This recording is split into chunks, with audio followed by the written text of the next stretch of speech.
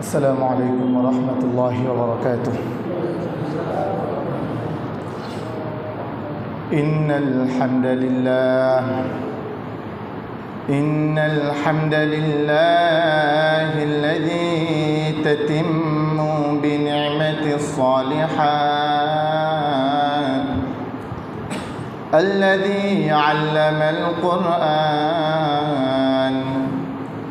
خلق الإنسان وكرم وعلمه من البيان ما لم يعلم، فسبحان الذي لا يحصى امتنانه باللسان ولا بالقلم، ونشهد أن لا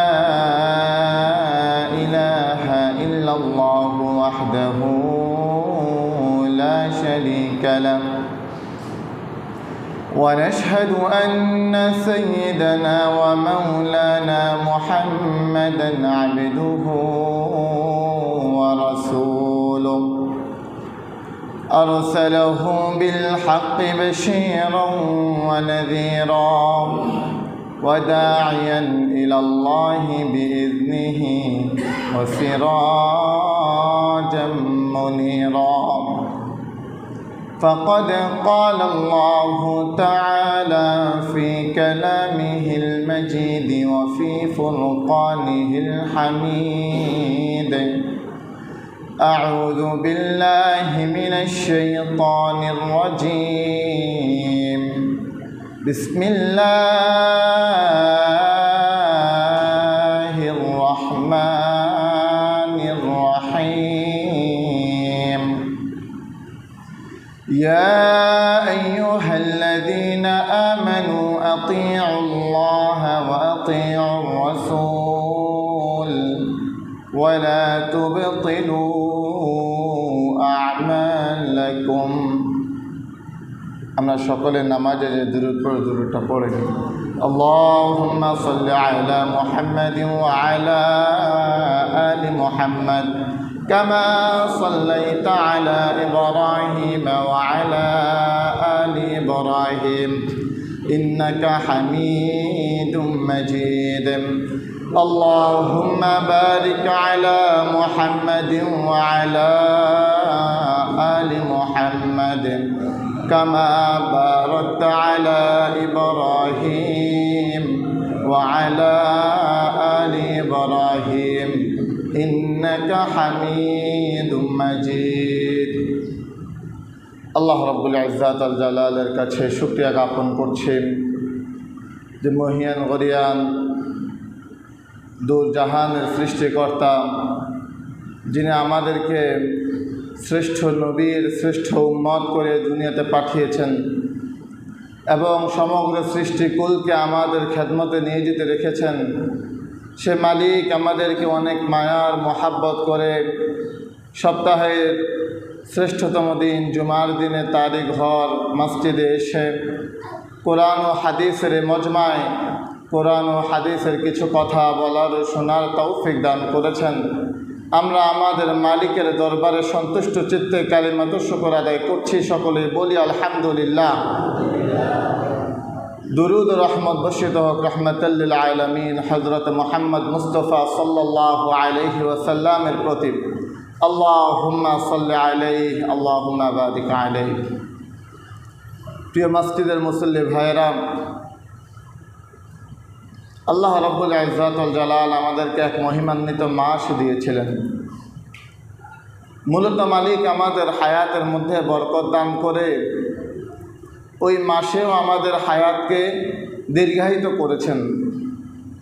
অসংখ্য মানুষ এই মাসে মৃত্যুবরণও করেছিল, কিন্তু আল্লাহ রাব্বুল ইজ্জাত ওয়াল জালাল আমাদের হায়াতকে দীর্ঘায়িত করেছেন এবং মালিক আমাদেরকে সেই মাসের পর শাওয়াল মাসের প্রথম জুমায় মসজিদে আসারও তৌফিক দান করেছেন। রমাদান মাসে আমরা প্রত্যেকেই আল্লাহ রাব্বুল ইজ্জাত ওয়াল জালালের ফরজ বিধান সিয়াম পালন করেছি এবং সাথে সাথে অনেক নফল আমল করার চেষ্টা করেছি। নিজের সাধ্যমতো আলহামদুলিল্লাহ আমরা অনেকেই আল্লাহর নৈকট্য অর্জনের জন্যে, তাকওয়া হাসিলের জন্যে আমরা অনেক আমল করেছি। আজকের জুমার এই সংক্ষিপ্ত সময় আমরা মূলত জানার চেষ্টা করব যে রমাদান পরবর্তী আমাদের জীবনটা কেমন হওয়া উচিত, রমাদান পরবর্তী জীবনে আমাদের কর্মটা কেমন হওয়া উচিত, এই সম্পর্কে আমাদের খুবই সংক্ষিপ্তভাবে কয়েকটি কথা পেশ করা হবে। ওমা তৌফিক ইল্লা বিল্লাহ আলাইহি তাওয়াক্কালতু ওয়া ইলাইহি উনীব। রমাদান পরবর্তী আমাদের প্রথম কাজ, আল্লাহ রাব্বুল আলামিন বলেন ওয়ালিতুকমিলুল ইদ্দাতা ওয়ালিতুকাব্বিরুল্লাহা আলা মা হাদাকুম ওয়া লাআল্লাকুম তাশকুরুন। আল্লাহ রাব্বুল আলামিন এই আয়াতে রমাদান পরবর্তী আমাদের জন্য দুইটা কাজ দিচ্ছেন। আল্লাহ বলেন ওয়ালিতুকমিলুল ইদ্দাহ, যখন তোমরা দিনের গণনাকে পূর্ণ করবে। রমাদানের পূর্ণ আলোচনা আল্লাহ করেছেন এই আয়াতের শুরু থেকে, এবং আগের আয়াতগুলোতে আল্লাহ রাব্বুল আলামিন রমাদানের আলোচনা করেছেন। এবং এই আয়াতের শেষে এসে আল্লাহ বলতেছেন ওয়ালিতুকমিলুল ইদ্দাহ, যখন রমাদান পূর্ণ হয়ে যাবে, পুরো মাস তোমরা সিয়াম পালন করবে, এরপরে তোমাদের কি হবে? ওয়ালিতুকাব্বিরুল্লাহ, তোমরা মনে করিও না যে তোমাদের ছুটি হয়ে গেছে। রমাদান মাস শেষ এর মানে এই না যে তোমাদের ইবাদত থেকে তোমাদের ছুটি। রমাদানের ঈদ উল ফিতরের সরকারি ছুটি হয়, সরকারি ছুটি থাকবে। আমাদের ছুটি হয়েছে, মসজিদ থেকে ছুটি নিয়ে আমরাও বিভিন্ন জায়গায় বেড়াতে গিয়েছি, মাদ্রাসা থেকে ছুটি, কিন্তু ইবাদত থেকে কোনো ছুটি নাই। শাওয়াল মাসের প্রথম চাঁদ, রমাদান মাস শেষ হয়ে শাওয়াল মাসের প্রথম চাঁদ যখন উদিত হয়েছে, ওই দিনের মাগরিবের নামাজ পড়া লাগছে কি লাগে নাই ভাই? ওই দিনের এশার নামাজ আল্লাহর পক্ষ থেকে ছুটি ছিল? ছুটি ছিল না। তার মানে মুমিনের কোনো ছুটি নাই, মুমিনের ইবাদত থেকে কোনো ছুটি নাই। মুমিন তার ইবাদতে লেগে থাকবে। এজন্য আল্লাহ রাব্বুল আলামিন বলেছেন ওয়ালিতুকাব্বিরুল্লাহ, রমাদান শেষ হয়েছে, এখন তুমি আবার তাকবীর দাও, আল্লাহর বড়ত্বের ঘোষণা দাও। তুমি তোমার ছুটি হয়েছে এটা মনে করিও না। এজন্য ঈদের দিন আমরা তাকবীর বলি। কি বলি? আল্লাহু আকবার, আল্লাহু আকবার, লা ইলাহা ইল্লাল্লাহু, আল্লাহু আকবার, আল্লাহু আকবার, ওয়ালিল্লাহিল হামদ। এই তাকবীর কেন বলি? কারণ আল্লাহ বলেছেন ওয়ালিতুকাব্বিরুল্লাহ, রমাদান শেষ, এবার রবের তাকবীর দাও। তুমি এটা মনে করিও না যে তোমার ছুটি। ঈমানদারের দুনিয়াতে ইবাদত থেকে কোনো ছুটি নাই। ঈমানদার দুনিয়াতে রবের ইবাদতে পরিশ্রম করবে। ঈমানদার দুনিয়াতে কার ইবাদতে পরিশ্রম করবে? আল্লাহর ইবাদতে পরিশ্রম। ঈমানদার কবরে বিশ্রাম করবে, ঈমানদার জান্নাতে আরাম করবে। মূল ছুটি পাবে, মূল শান্তির ঠিকানা হলো জান্নাত। জান্নাতে যাওয়ার আগ পর্যন্ত ঈমানদারের কোনো বিশ্রাম চূড়ান্ত বিশ্রাম না, কোনো শান্তি চূড়ান্ত শান্তি না। তো ঈমানদার দুনিয়াতে পরিশ্রম করবে, ঈমানদার কবরে কি করবে? বিশ্রাম করবে। আর শান্তি করবে কোথায়? জান্নাতে। সবাই বলেন শান্তি করবে কোথায়? ঈমানদার দুনিয়াতে কি করবে? আবার বলেন দুনিয়াতে কি করবে? পরিশ্রম। কবরে কি করবে? বিশ্রাম। কবরে কি করবে? আর জান্নাতে কি করবে? আরাম করবে। জান্নাতে কি করবে? এই ঈমানদারের তিন বৈশিষ্ট্য। জান্নাতে যাওয়ার আগ পর্যন্ত কবর থেকে যখন উঠবে বলবে যে হাসরের মাঠে চলো, হাসরের মাঠ, এরপরে ফুলসিরাতে পার হও, তারপরে মিজানের পাল্লার কাছে আসো।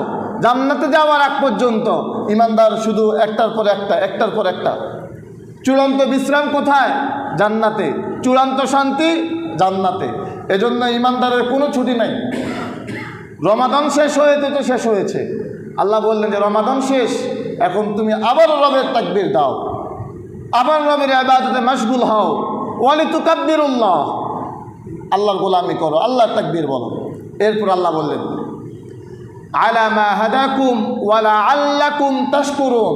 দ্বিতীয় কাজ, আল্লাহ শুকরিয়া আদায় করো, আল্লাহ রাব্বুল আলামিন তোমাকে ওই জান্নাতে শান্তিতে থাকার জন্যে, জান্নাতে তোমার আবাসস্থলটা আরামদায়ক করার জন্যে, জান্নাত সুন্দর করে সাজানোর জন্যে মালিক তোমাকে এক মহিমান্বিত মাস রমাদান মাস দিয়েছেন।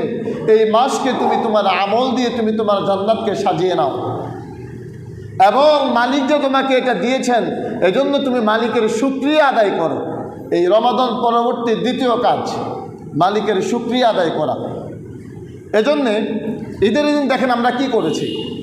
ঈদের দিন প্রথমত আল্লাহ বলেছেন তাকবীর দাও, আমরা তাকবীর দিয়েছি শুকরিয়া আদায়ের জন্যে। ঈদের দিন ফজর পড়েছি, ঈদের দিন জোহর পড়েছি। ফজর এবং জোহরের মাঝে অন্য কোনো নামাজ আমরা পড়ছি কি পড়ি নাই? পড়ছেন ভাই? সেই নামাজ কি বলছি? কিসের নামাজ? ঈদের নামাজ। কিসের নামাজ? ঈদের নামাজ মানে কি? ঈদ মানে খুশি। ঈদ মানে কি? তার মানে ঈদের নামাজ মানে খুশির নামাজ। ঈদের নামাজ মানে কিসের নামাজ? খুশির নামাজ। খুশির নামাজ মানে হলো শুকরিয়া আদায়ের নামাজ। কিসের নামাজ পড়ছি আমরা? মূলত শুকরিয়া আদায়ের নামাজ পড়ছি। ওইটা আল্লাহ বললেন ওয়ালি তুকাব্বিরুল্লাহ, আল্লাহর তাকবীর দাও। এই জন্য মসজিদে ঈদগাহ থেকে আসার সময় তাকবীর বলতে বলতে এসেছি, আল্লাহু আকবার, আল্লাহু আকবার, লা ইলাহা ইল্লাল্লাহু, আল্লাহু আকবার, আল্লাহু আকবার, ওয়ালিল্লাহিল হামদ। ঈদগাহে এসে রবের শুকরিয়া আদায়ের জন্য আল্লাহ বলেছেন বলে আল্লাকুম তাশকুরুন, এবং আল্লাহ শুকরিয়া আদায় করো। এই জন্য ঈদগাহে এসে আল্লাহ শুকরিয়া আদায় করে যে আল্লাহ আপনি আমাদের জন্য এক রমাদান দিয়েছেন, আপনি আমাদের জান্নাত সাজানোর জন্য এক মহিমান্বিত মাস দিয়েছেন, আপনি আমাদের পরকালকে শান্তিময় করার জন্যে আমাদেরকে এক কোরআনওয়ালা মাস দিয়েছেন মালিক। এজন্য আপনার কাছে শুকরিয়া। 2 রাকাত নামাজ আদায় করেছি। প্রিয় ভাই, এজন্য রমাদান পরবর্তী 2 কাজ কোরআনের আয়াত। এক, আল্লাহ রাব্বুল আলামিন বলেছেন ইবাদত থেকে কোনো ছুটি নাই, ইবাদত করতে হবে। রমাদানে ইবাদত যা করেছ এরপরে তুমি তোমার বাকি জীবন ওখান থেকে শিক্ষা নিয়ে বাকি জীবন ইবাদতে কাটাও। 2, শুকরিয়া আদায় করা। প্রিয় ভাই, 3 নাম্বার কাজ, রমাদান পরবর্তী সময় আমরা মুমিনরা, মুসলমানেরা, নামাজিরা, পুরো বাংলাদেশও প্রয়োজন নাই, নোয়াখালীরও প্রয়োজন নাই। আমি যে মসজিদের দায়িত্ব পালন করে কানুগারি মসজিদের মুসল্লি, আমরা মুসল্লিরা 2 ভাগে বিভক্ত হয়ে গেছি। রমাদান পরবর্তী সময়ে আমরা কয় ভাগে ভাগ হয়েছি ভাই? 2 ভাগে। এক ভাগ রমাদানে নামাজ পড়েছি, এখনও নামাজ পড়তেছে। আরেক ভাগ রমাদানে নামাজ পড়েছে কিন্তু এখন নামাজ পড়ে না। রমাদানে যেভাবে রবের ইবাদত করেছে এখন ওইভাবে আর রবের ইবাদত করে না, এই এক ভাগ। আরেক ভাগ রমাদানে আল্লাহ নাফরমানি ছেড়ে দিয়েছে, রবের গোলামি ধরেছে, এখনও রবের ইবাদতে আছে। এই 2 ভাগে আমরা মুসল্লিরা 2 ভাগে বিভক্ত হয়ে গেছি। একবার একটা ফেসবুক পোস্টে পড়েছিলাম, যদিও এটা মজা করে হয়তো দেওয়া, কিন্তু এটা তো খুব চমৎকার কথা। বলতেছে একটা হারানো বিজ্ঞপ্তি, আমাদের মসজিদ থেকে রমাদান মাসের কিছু মুসল্লি হারিয়ে গিয়েছে। কোনো সহৃদয়বান ব্যক্তি যদি তাদেরকে পেয়ে থাকেন তাহলে আমাদের মসজিদে পৌঁছে দিবেন, আপনাকে হাসরের ময়দানে আল্লাহর পক্ষ থেকে পুরস্কৃত করা হবে। এই রমাদান মাসে আমাদের মসজিদে আলহামদুলিল্লাহ অনেক মুসল্লি ছিল, কানায় কানায় ভরপুর মুসল্লি ছিল। কিন্তু রমাদান শেষ, অসংখ্য মুসল্লি আমাদের মসজিদ থেকে হারিয়ে গিয়েছে। অনেক মুসল্লি মসজিদ থেকে চলে গিয়েছেন। আল্লাহ রাসূল সাল্লাল্লাহু আলাইহি ওয়াসাল্লাম বলেন, হাসরের ময়দানে 7 শ্রেণীর মানুষকে আল্লাহ রাব্বুল আলামিন আরশের ছায়ায় আশ্রয় দান করবেন। যেদিন আরশের ছায়া ছাড়া আর অন্য কোনো ছায়া থাকবে না। রাসূল বলেন, সাবআতুন ইউযিল্লুহুমুল্লাহু ফি যিল্লিহি ইয়াওমা লা যিল্লা ইল্লা যিল্লুহ। ওই 7 শ্রেণীর মানুষের 1 শ্রেণীর মানুষ হলো ওয়ারাজুলুন কলবুহু মুআল্লাকুন ফিল মাসাজিদ। ওই মানুষ যাদের দিলটা সবসময় আল্লাহর ঘরের সাথে লেগে থাকতো। ফজর পড়ে গিয়েছে, এরপরে তার দিল বলতো যে কখন জানি জহুরের আজান হয়, জহুর পড়ে গিয়েছে, তার দিল মসজিদের সাথে লেগে থাকতো যে কখন যেন আসরের আজান হয়। যার দিলটা এমন, যার দিলটা মসজিদের সাথে লেগে থাকে, আল্লাহ রাসূল বলেন ওই দিলওয়ালা মানুষকে, যার দিল মসজিদের সাথে লেগে থাকে, তাকে আল্লাহ রাব্বুল আলামিন আরশের ছায়ায় আশ্রয় দান করবেন। তো রমাদান মাসে আমরা দেখেছি আলহামদুলিল্লাহ প্রতি ওয়াক্তে আমাদের মসজিদটা ভরপুর ছিল, এবং ফজরের নামাজ বিশেষ করে আমি সর্বোপরি সবসময় ফজরের নামাজকেই গুরুত্ব দিই। কেননা কোরআনে আল্লাহ রাব্বুল আলামিন 4 ওয়াক্ত নামাজকে একসাথে বলেছেন, আকিমিস সালাতা লিদুলুকিশ শামসি ইলা গাসাকিল লাইল, যে তোমরা সূর্যোদয় থেকে এবং অন্ধকার পর্যন্ত তোমরা নামাজ আদায় করো।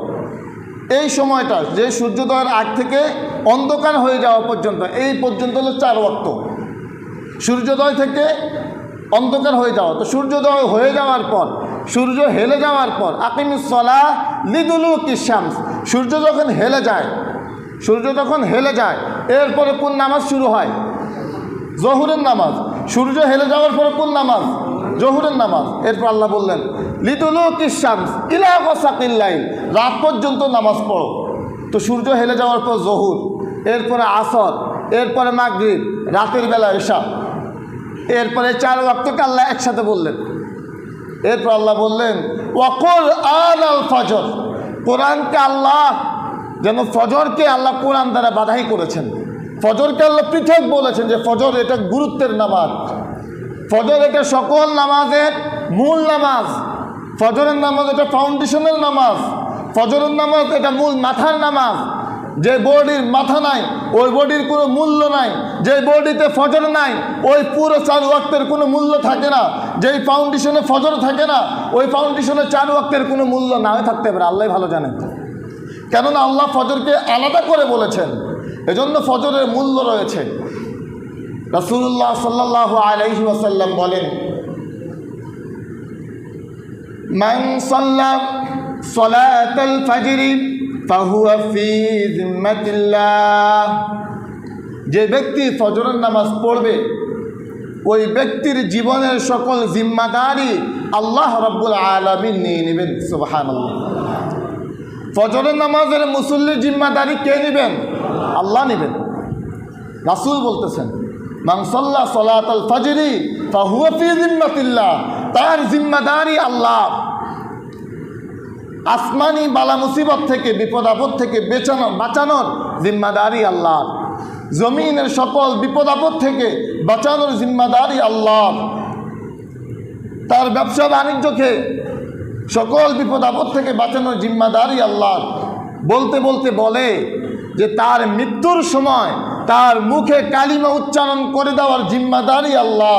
যে ব্যক্তি ফজর পড়বে ওই ব্যক্তি যখন মৃত্যুবরণ করবে তখন রাসূল বলেন ফাহুয়া ফি জিম্মাতিল্লাহ, তার মুখে স্বয়ং আল্লাহ রাব্বুল আলামিন কালিমা উচ্চারণ করিয়ে দিবেন। সে মৃত্যুবরণ করতে করতে বলবে লা ইলাহা ইল্লাল্লাহু মুহাম্মাদুর রাসূলুল্লাহ, ঈমানের সাথে মৃত্যুবরণ করবে। এরপর তার কবরকে জান্নাতের টুকরা বানিয়ে দেওয়ার জিম্মাদারি আল্লাহ। তার মিজানের পাল্লাকে ভারী করে দেওয়ার জিম্মাদারি আল্লাহ। তার ফুলসিরাত পার করে দেওয়ার জিম্মাদারি আল্লাহ। তাকে আরশের নিচে ছায়াদান করার জিম্মাদারি আল্লাহ। তাকে জাহান্নাম থেকে মুক্ত করার জিম্মাদারি আল্লাহ। তাকে জান্নাত পর্যন্ত পৌঁছে দেওয়ার জিম্মাদারি কার? আল্লাহ। এই ব্যক্তিকে, যে ব্যক্তি ফজর পড়ে, সে ফজর যে পড়ে তার জিম্মাদারি কার? আল্লাহ। রাসূল বলেছেন যে ব্যক্তি ফজর পড়ে তার জিম্মাদার আল্লাহ হয়ে যান, তার জীবনের কোনো পেরেশানির প্রয়োজন নাই। কেন? জিম্মাদার আল্লাহ। আল্লাহ তার জিম্মাদারি নিয়ে নেন। ফজরে মুসল্লি যে হয়, প্রিয় ভাই, কেন ফজরকে ছেড়ে দিলাম? রমাদানে ফজরে ধরলাম, রমাদানের পরে কার আশায়, কার ভালোবাসায়, কিসের নেশায়, কি পাওয়ার আশায় ফজরটাকে ছেড়ে দিলাম? এই উম্মতের জন্যে মুহাম্মাদুর রাসূলুল্লাহ সাল্লাল্লাহু আলাইহি ওয়াসাল্লাম কি পরিমাণ পরিশ্রমটা করেছেন 23 বছরের জীবনীতে। আল্লাহ রাসূল সাল্লাল্লাহু আলাইহি ওয়াসাল্লাম কোন মাসে মৃত্যুবরণ করেছেন মনে আছে কারো? আরবি কোন মাসে মৃত্যুবরণ করেছেন? রবিউল আউয়াল মাস। মাশাআল্লাহ। এরপরে রাসূল সাল্লাল্লাহু আলাইহি ওয়াসাল্লাম কোন দিন মৃত্যুবরণ করেছেন? ওই দিনের নাম কারো মনে আছে? সোমবার। এবার সবাই বলেন, কোন মাসে মৃত্যুবরণ করেছেন? রবিউল আউয়াল। কোন দিনে মৃত্যুবরণ করেছেন? সোমবার। রাসূল সাল্লাল্লাহু আলাইহি ওয়াসাল্লাম, খুব মনোযোগ দেন এই বিষয়টাতে। আল্লাহ রাসূল সাল্লাল্লাহু আলাইহি ওয়াসাল্লাম তার মৃত্যুর আগের 23 ওয়াক্ত নামাজ রাসূল নিজে স্বয়ং ইমামতি করতে পারেন নাই। আবু বকর সিদ্দিক রাদিয়াল্লাহু তাআলা আনহুর ইমামতিতে সাহাবায়ে আজমাইন নামাজ পড়েছেন। 23 ওয়াক্ত নামাজের ইমামতি রাসূল করতে পারেন নাই অসুস্থতার কারণে।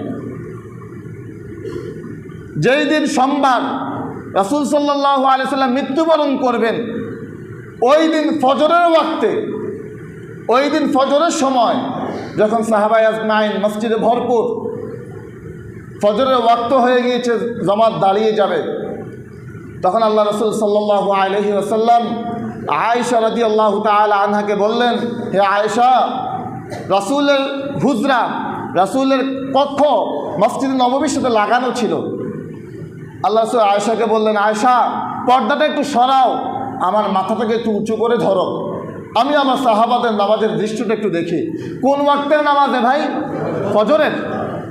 ফজরের ওয়াক্তের, সোমবারের ফজরের ওয়াক্তের নামাজে রাসূল বলতেছেন যে, আয়েশা, পর্দাটা একটু সরাও, আমি আমার সাহাবীদের নামাজের দৃশ্যটা একটু দেখি। যখন পর্দা সরানো হলো, সাহাবায়ে আজমাইন দেখতেন যে পর্দা সরানো হলো, রাসূল দেখতেছেন।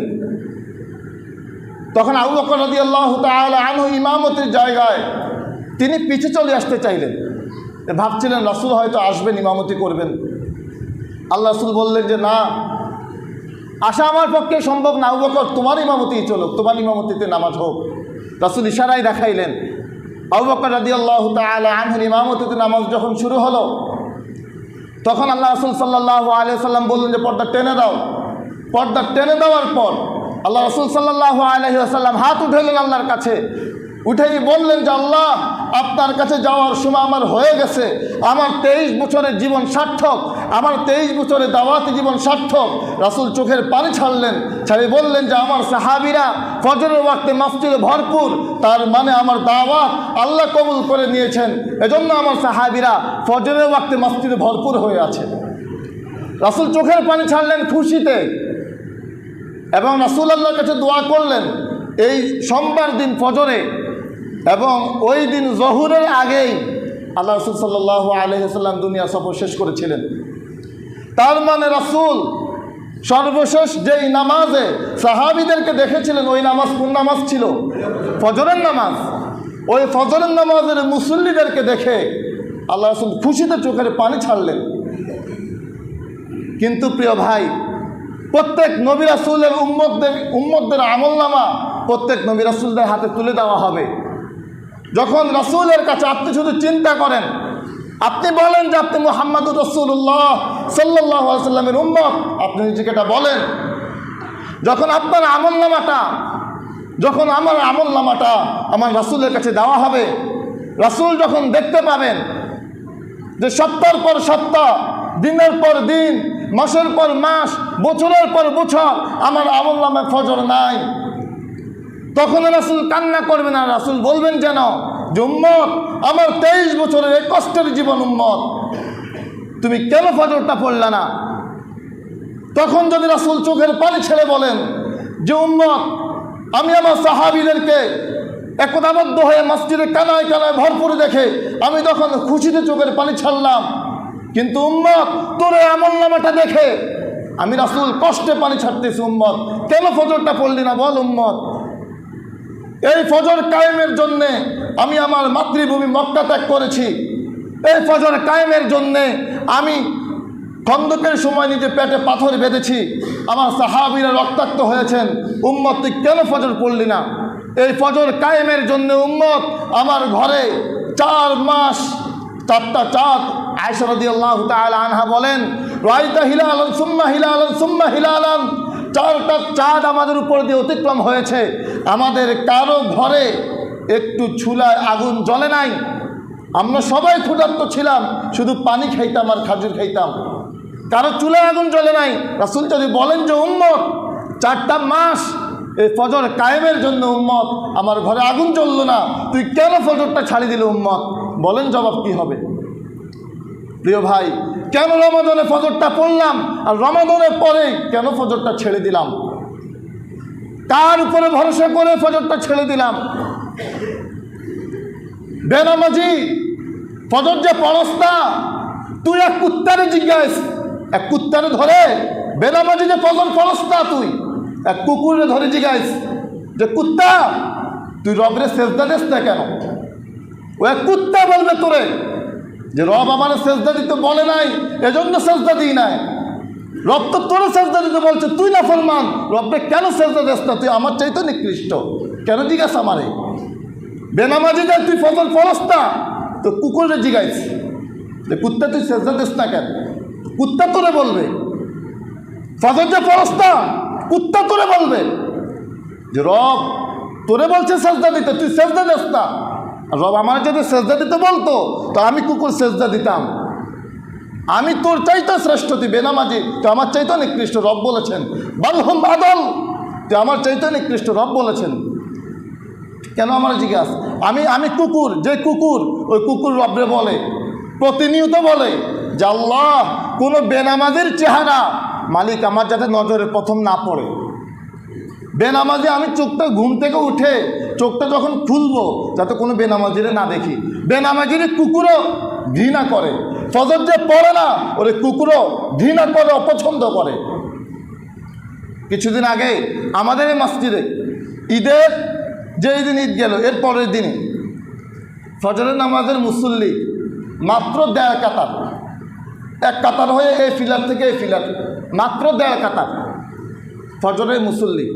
ফজরের নামাজ এটা ফরজ না নফল? ফরজ করেছেন কে? আল্লাহ। এই মুসল্লিরা মাত্র 2 দিন আগে মসজিদ ভরপুর, 2 দিন যেতে না যেতেই এ হলো মসজিদের বেহাল দশা। তখন উপস্থিত যে সকল মুসল্লিরা ছিল আমি বললাম যে এই কথাটা বললে এটা নিয়ে অনেক সমালোচনা হবে, এটা নিয়ে ইমামের বিরুদ্ধে অনেক কথা হবে, বলবে যে ওনার এমন কথা বলা কি উচিত, উনি কি এমন কথা বলতে পারে এভাবে। আমি বললাম যারা ফজরে মুসল্লি হবে না, এটা মসজিদ কমিটি থেকে সিদ্ধান্ত থাকা উচিত যে এলাকার যে সকল পুরুষরা রয়েছে, সাবালক পুরুষ যারা, যাদের উপরে ফজরের নামাজ ফরজ, নামাজ যাদের উপরে ফরজ, এরা যদি মসজিদে না আসে, এরা যদি মসজিদের মুসল্লি না হয়, কালে ভদ্রে আপনি অন্য জায়গায় চলে গিয়েছেন, কালে ভদ্রে ঘুম বাড়ি হয়ে গিয়েছে, এটা সময় সময় হতে পারে, কিন্তু নিয়মিত আপনি মসজিদে নাই, তখন মসজিদ কমিটি থেকে সিদ্ধান্ত থাকা উচিত যে এই বেনামাজির জানাজা আমাদের এলাকা হবে না। এলাকায় হলেও আমাদের এলাকার ইমাম মুয়াজ্জিন সাহেবেরা এই বেনামাজি জানাজা পড়াবে না, এমন সিদ্ধান্ত থাকা উচিত। কেন বেনামাজির জানাজা এক ইমাম পড়াবে? বেনামাজির জানাজা ইমাম কেন পড়াবে? বেনামাজির জানাজা মুয়াজ্জিন সাহেব কেন পড়াবেন? কেন পড়াবেন? তার উপরে তো ফজরের নামাজ ফরজ, যে ফজরে পড়লো না তার জানাজায় কিসের? জানাজা তার ফায়দা কি? জানাজা তার উপকারটা কি? তখন আমি যখন মুসল্লিদের সাথে পরামর্শটা করলাম, অধিকাংশের একমত ছিল যে হ্যাঁ জানাজা না হওয়া উচিত। কয়েকজন একটু শিথিলতা অবলম্বন করেছেন যে না একটু সহজ হওয়া উচিত, একটু ছাড় দেওয়া দরকার, যেহেতু পরামর্শ তো সবাই দিতে পারে। কিন্তু আমি যেটা মনে করি যে আল্লাহ রাব্বুল আলামিন নামাজের ব্যাপারে কোনো ছাড় দেন নাই। ইবলিস একটা সেজদা শুধু দেয় না, একটা সেজদা। ইবলিসকে আল্লাহ রাব্বুল আলামিন বিতাড়িত করে দিয়েছেন জান্নাত থেকে। আর আপনি দিনকে দিন, বছরকে বছর, মাসকে মাস ফজর পড়েন না, আর আপনার জন্য শিথিলতা। কে দিয়েছে শিথিলতা নামাজের ব্যাপারে? দেখান ইমামদের মতভেদগুলো দেখেন। ইমাম আবু আজম আবু হানিফা তিনি বললেন যে কেউ যদি নামাজ ছেড়ে দেয় তার জেলখানায় বন্দি করো, বেতাঘাত করো, পিটাও। এবং অন্যান্য ইমামদের মত এটা যে কেউ যদি নামাজ ছেড়ে দেয় তারে হত্যা করো। তো নামাজ ছেড়ে দেওয়া, আল্লাহ রাসূল বললেন যে মুমিন এবং কাফের মধ্যে পার্থক্য হলো নামাজ। যে নামাজ পড়ে সে মুমিন, যে নামাজ পড়ে না সে কাফের। যে নামাজ পড়ে যার ইমান আছে, যে নামাজ পড়ে না তার ইমান নাই। প্রিয় ভাই, তো যেখান থেকে চলে গেলাম যে রমাদানে, আচ্ছা আপনারা বলেন তো, মনে করেন ইমাম সাহেব যদি বলে যে ফজরের নামাজ যে পড়বে না তার জানাজা হবে না, ইমাম সাহেব তার জানাজা পড়াবেন না, এটার মানে কি ইমাম সাহেব তার জানাজা পড়াতে চান না, নাকি তারা ফজরের মুসল্লি করতে চান? কোনটা? আপনারা কোনটা বুঝতেছেন? যে আমরা তার জানাজা পড়াতে চাই না এটা, নাকি তারা চাই যে আপনি ফজরের মুসল্লি হন? কোনটা চাইতেছি মূলত? আমরা চাইতেছি আপনি ভাই ফজরের মুসল্লি হয়ে যান, আর আপনার জানাজা পড়াবো, আপনার সাথে তো আলিঙ্গন করবো, আপনার জানাজার সামনে দাঁড়িয়ে যাতে করে কথা বলতে না পারি, চোখের পানি যাতে অঝর নয়নে পড়ে যে আমার এই ভাই চলে গেলেন, যেই ভাই আমার ফজরের মুসল্লি ছিলেন, যেই ভাইকে না পেলে আমি জিজ্ঞাসা করতাম যে আমার অমুক ভাই নাই কেন। যারা আমার 5 ওয়াক্তের মুসল্লি, জিজ্ঞাসা করে দেখেন, যাদেরকে কয়েকদিন দেখি না তাদেরকে জিজ্ঞাসা করি যে ভাই আপনাকে দেখি না, যে নাম্বার সংগ্রহ করে কল দেয় যে আপনাকে দেখি না, যে ভাই আপনার সাথে যাতে আমার এই আন্তরিকতা হয়, আপনার সাথে যাতে আমার এই ভালোবাসা হয়। আজ 2 বছর এই মসজিদে, অথচ অসংখ্য এই মসজিদের মুসল্লি, এই মসজিদের অরিজিনাল মুসল্লি, তার মানে হাজিবাড়ি আর গাজীবাড়ির মুসল্লি, ছেলে সন্তান, অথচ তাদেরকে আমি চিনি না। এই ব্যর্থতা কি আমার? যাদেরকে আমি চিনি না, আমার 5 ওয়াক্তের প্রত্যেক মুসল্লির নাম সহ আমি জানি আলহামদুলিল্লাহ, তা আপনার নামটা আমি জানি না কেন? আপনি আমার থেকে দূরে কেন? আমি তো চাই আপনি আসেন, আপনি আমাদের কাছে আসেন, আমাদের সাথে থাকেন, নামাজি হয়ে যান। রমাদানে যেভাবে নামাজি ছিলেন এখনই সেভাবে নামাজি হন। প্রিয় ভাই, তো রমাদান মাস, এই মাসে আমরা অনেক আমল করেছি, অনেক ইবাদত করেছি, আমরা আল্লাহর নৈকট্য অর্জন করার চেষ্টা করেছি। একজন আলেম, ওনার নাম বিশর আল হাফি, ওনাকে বলা হলো যে অনেক মানুষকে এমন দেখেছি যারা রমাদান মাসে ইন্না কওমান ইয়াতাআব্বাদুনা ফি রমাদান ওয়া ইয়াজতাহিদুনা ফিল আমাল ফাইযা সালাফা তারাকু, যে যখন রমাদান মাস ছিল তারা অনেক আমল করেছে, আমলে প্রতিযোগিতা করেছে, যখনই রমাদান শেষ তখনই তারা আমলটা ছেড়ে দিল। এবারে আল্লাহর বান্দা বলতেছেন যে আমি কেমন, যে রমাদানে ফজর পড়েছি, রমাদান চলে যাওয়ার পর ফজরটা ছেড়ে দিলাম। তিনি বলেন বিসাল কওমা কওমুন লা ইয়ারিফুন আল্লাহ ইল্লা রমাদান, ওই জাতির চাইতে, ওই ব্যক্তির চাইতে নিকৃষ্ট কেউ নাই যে ব্যক্তি রমাদানে আল্লাহকে চিনল কিন্তু রমাদানের পরে আল্লাহকে আর চিনল না। ওই ব্যক্তি নিকৃষ্ট, ওই ব্যক্তি, ওই জাতি নিকৃষ্ট যে জাতি রমাদানে আল্লাহরে চিনে কিন্তু রমাদানের পরে আল্লাহরে চিনে না। এজন্য প্রিয় ভাই, রমাদান পরবর্তী আরও অনেকগুলো করণীয় আছে।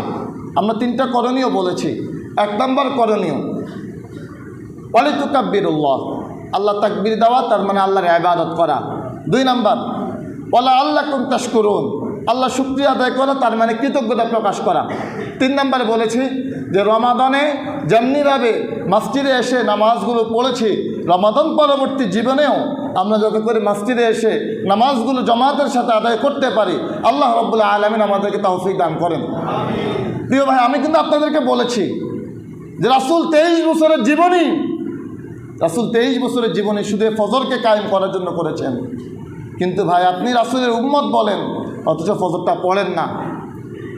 আমি রাসূলের উম্মত বলে, এটা আমি আমারে বলি, আমি যে রাসূলের উম্মত বলি আর যদি ফজর না পড়ি তা আমার মতো মিথ্যাবাদী জাহেল আর কেউ হতে পারে না। আমি আমারে বললাম, আমি যদি ফজর না পড়ি আমার মতো নিমক হারাম, আমার মতো হারামি, আমার মতো অকৃতজ্ঞ আর কেউ হতে পারে না। যেই রব আমাকে এত সুন্দর এক রাত দিলেন ঘুমানোর জন্যে, যেই রব আমাকে এত সুন্দর অবকাঠামো দিলেন, অথচ সেই রব ডাকলেন আর আমি রবের ডাকে সাড়া দিলাম না, আমার মতো অকৃতজ্ঞ কেউ হতে পারে না। আপনাদেরকে বললাম না, যদি মন চায় আপনি আপনার সাথে মিলান, আমি আমারে বললাম, আমি যদি 1 ওয়াক্ত নামাজ ছেড়ে দেই তা আমার মতো অকৃতজ্ঞ কেউ হতে পারে না। যে রব আমাদের এত কিছু দিলেন, আমি যদি 1 ওয়াক্ত নামাজ ছেড়ে দেই তো আমার জানাজা আমার ইমাম সাহেব পড়ানো উচিত না, যদি ইচ্ছাকৃতভাবে ছেড়ে দেই। আপনারটা আপনি মিলাই নেন। প্রিয় ভাই, এরপরে সর্বশেষ একটা আমলের কথা বলে আমরা আলোচনা শেষ করি। আল্লাহ রাসূল সাল্লাল্লাহু আলাইহি ওয়াসাল্লাম বলেছেন, মান সামা রমাদান সুম্মা আতবাআহু সিত্তাম মিন শাওয়াল কানা কাসিয়ামি দাহর, যেই ব্যক্তি রমাদানের পরে আরও 6টা সিয়াম পালন করবে, ওই ব্যক্তি যেন পূর্ণ 1 বছর সিয়াম পালন করলো। আল্লাহ রাব্বুল আলামিন তার আমলনামায় পূর্ণ 1 বছর সিয়াম পালন করলে যে সওয়াব হতো, ওই সওয়াব আল্লাহ রাব্বুল আলামিন তার আমলনামায় দান করবেন। হিসাবটা একটু বুঝে নেন যে কীভাবে। রমাদান 1 মাস, রমাদান কয় মাস? 1 মাস। কোরআনের আয়াত, আল্লাহ বললেন মান জাআ বিল হাসানাতি ফালাহু আশরু আমসালিহা, যে ব্যক্তি একটা ভালো কাজ নিয়ে আসবে, আল্লাহ রাব্বুল আলামিন তার আমলনামায় বিনিময়ে 10টা ভালো কাজের নেকি দান করবেন। ভালো কাজ কয়টা? বিনিময় কয়টা? 10টা। তো রমাদান কয় মাস? 1 মাস। তো 1 মাসের বিনিময়ে কয় মাস হবে? ওমা হিসাব মনে বুঝেন না। 1 মাসের বিনিময়ে কয় মাস? 10 মাস। 1 বছরে কয় মাস? 12 মাস। তো গেল কয় মাস? 10 মাস। বাকি আছে কয় মাস? 2 মাস। এবার এই 2 মাস দেখেন, রাসূল বললেন যে সিত্তাম মিন শাওয়াল, শাওয়াল মাসের রোজা কয়টা? একটার বিনিময়ে, একের বিনিময়ে কত? তাহলে 6-এর বিনিময়ে কত? 60। এবার 60 দিনে কয় মাস? 60 দিনে কয় মাস? ওখানে রমাদান 1 মাসে কয় মাস গেছে? 10। আর এই 6 দিনের কয় মাস হলো? 2 মাস। তাহলে 6 আর 2 কত? 12। 1 বছর পূর্ণ হয়েছে। এই তা আল্লাহ রাসূল বললেন যে কেউ যদি রমাদানের পরে শাওয়াল মাসে 6টা রোজা রাখে, তাহলে তার আমলনামায় পূর্ণ 1 মাস সিয়াম পালন করলে যে নেকি হতো, আল্লাহ রাব্বুল আলামিন তার আমলনামায় ওই নেকি দান করে দিবেন। এবার আমাদের একটা ভুল হয়, এটা বারবার বলতেছি, কিভাবে যে আমাদের সমাজে এটা প্রতিষ্ঠিত হয়ে গেছে যে আজান শুরু হওয়া পর্যন্ত খাওয়া যায়, আর অনেকে তো মনে করেন যে আজান শেষ হওয়া পর্যন্ত খাওয়া যায়। ফজরের আজানটা শুরু হয় ফজরের ওয়াক্ত শুরু হওয়ার পর, আজান শুরু হয় ফজরের ওয়াক্ত হওয়ার পর, ফজরের ওয়াক্ত শুরু হয় সাহারির ওয়াক্ত শেষ হওয়ার পর। তো সাহারির ওয়াক্ত যখন শেষ, এরপরে ফজর শুরু। তা আপনি যদি মনে করেন যে আজান শুরু হওয়া পর্যন্ত খাওয়া যায়, আজান শেষ হওয়া পর্যন্ত খাওয়া যায়, আপনার এই রোজা হয়নি, এই রোজা নষ্ট হয়ে গেছে। এজন্যে আজান টার্গেট না, টার্গেট হলো যে সময় কখন। আপনারা সময় দেখে নিন, আমাদের মসজিদ আলহামদুলিল্লাহ হুজুর লিখে দেন, বাকি এখন মোবাইলে অ্যাপসগুলো আছে, ওগুলোতে দেখে নেওয়া যে শেষ সময়টা কখন। আজানের সাথে মিলাইলে আপনি পারবেন না, আজানের সাথে মিলাইলে হবেও না। এক এক মসজিদে এক এক সময় এখন আজান হয়। এজন্য আজান মূল টার্গেটটা, টার্গেট হলো যে সময় কখন শেষ হয়, সাহারির সময় কখন শেষ, ওই সময়টা দেখা এবং ওই সময়ের আগেই খাওয়া শেষ করা। আল্লাহ রাব্বুল আলামিন যে আলোচনা হয়েছে, আলোচনার উপর আমাদেরকে আমল করার তৌফিক দান করেন এবং শাওয়াল মাসের 6টি রোজা আল্লাহ রাব্বুল আলামিন আমাদেরকে রাখার তৌফিক দান করেন। ওয়া আখিরু দাওয়ানা আলহামদুলিল্লাহি রাব্বিল আলামিন।